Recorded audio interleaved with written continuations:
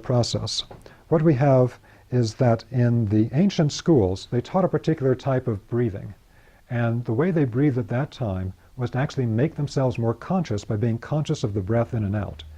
So there's a particular yoga of the inhale of the breath and of the exhale of the breath. And what Steiner is basically saying with the Michaelic yoga is that for the Rosicrucian, we have the same inhale and exhale, but now it's done in pure consciousness. It's not done with the breath per se. So when we inhale, in a sense, the observation of the physical world, then that's what we would call a perception. I perceive something in the physical world. Whatever I see, if I'm observing nature or a human being, whatever it is, I'm breathing in that perception. And that's a completely receptive activity. If I don't have a receptive soul, I can't do it.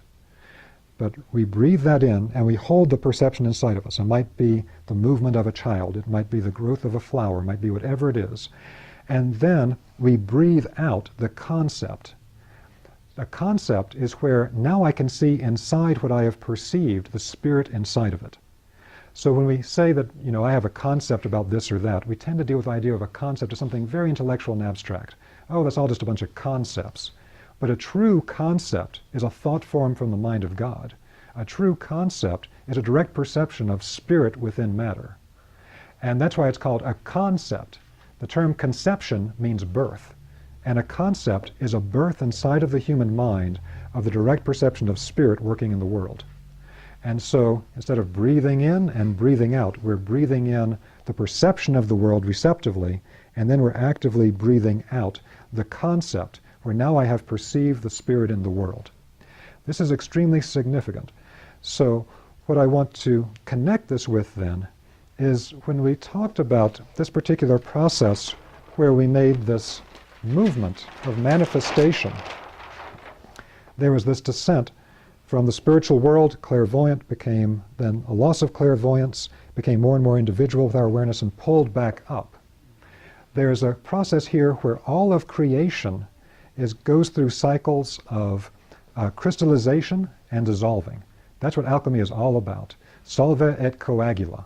It dissolves and it crystallizes. And so with this crystallization process, in time, it will dissolve again. Everything that has moved from spirit here into the physical world has the spirit within it, but in a sense it's trapped in matter. And many different traditions talk about this. And it's important for human beings because every being in the world has a function. If you study all the biological beings of the world, the worms, the animals, whatever it might be, they all perform a function in the world. They all have a quality in the world. And the human being is, in a sense, the crown of creation. We're the ones that have the fullest, most awakened microcosm of the macrocosm. But that's not a privilege, that's a responsibility. Because everything is consciousness, and everything comes from the consciousness of the mind of God. What this means is that when we can develop the mind of God inside of us, because it's now moved through the process of crystallizing into matter, our being able to do the Michaelic yoga, to breathe in the percept of the physicality and breathe out the concept of now seeing and recognizing the spirit within the matter, this actually performs the function that the Godhead performed of moving it from here to here. The activity of the human race moves it from here back to here. It's our activity of consciousness in perceiving the spirit in matter that links the mental concept that we have back to the mind of God and brings the ascent wave back up. Now, this is something I just want to say one other quick thing about, because we talk a lot today about ascension, and ascension is absolutely fundamental in spiritual development. But within Rosicrucianism, they have a very clear difference between what they call Luciferic ascension and Christic ascension, or it could also be called Michaelic ascension. And without spending much time on it, the upshot of it is that Luciferic ascension is basically the idea that I don't like to be here, and I'm going to get out of here as quickly as possible.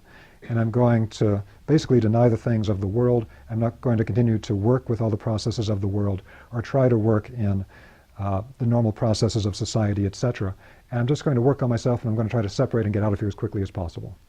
That's different from the Christic form of ascension, which is actually to go as deeply as possible into the experiences of the physical world, because by doing so we develop strengths that we can't develop if we pull out too quickly.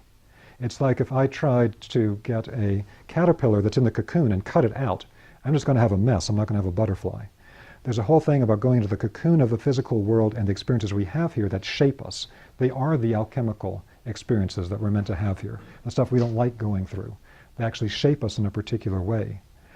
And so this Christic ascension is like the model scene with the life of Christ, that the Christ went through this entire process all the way to crucifixion, and then the descent into hell, and then the resurrection, etc., as this model, this passion play of going all the way down to complete union with the earth, and then coming back.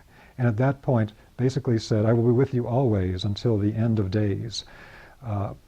And that is mirrored in other traditions like the Buddhists, where the Buddhists once again say things in the Bodhisattva vow, like, I will continue to incarnate until all sentient beings attain enlightenment. It's the exact same spiritual impulse.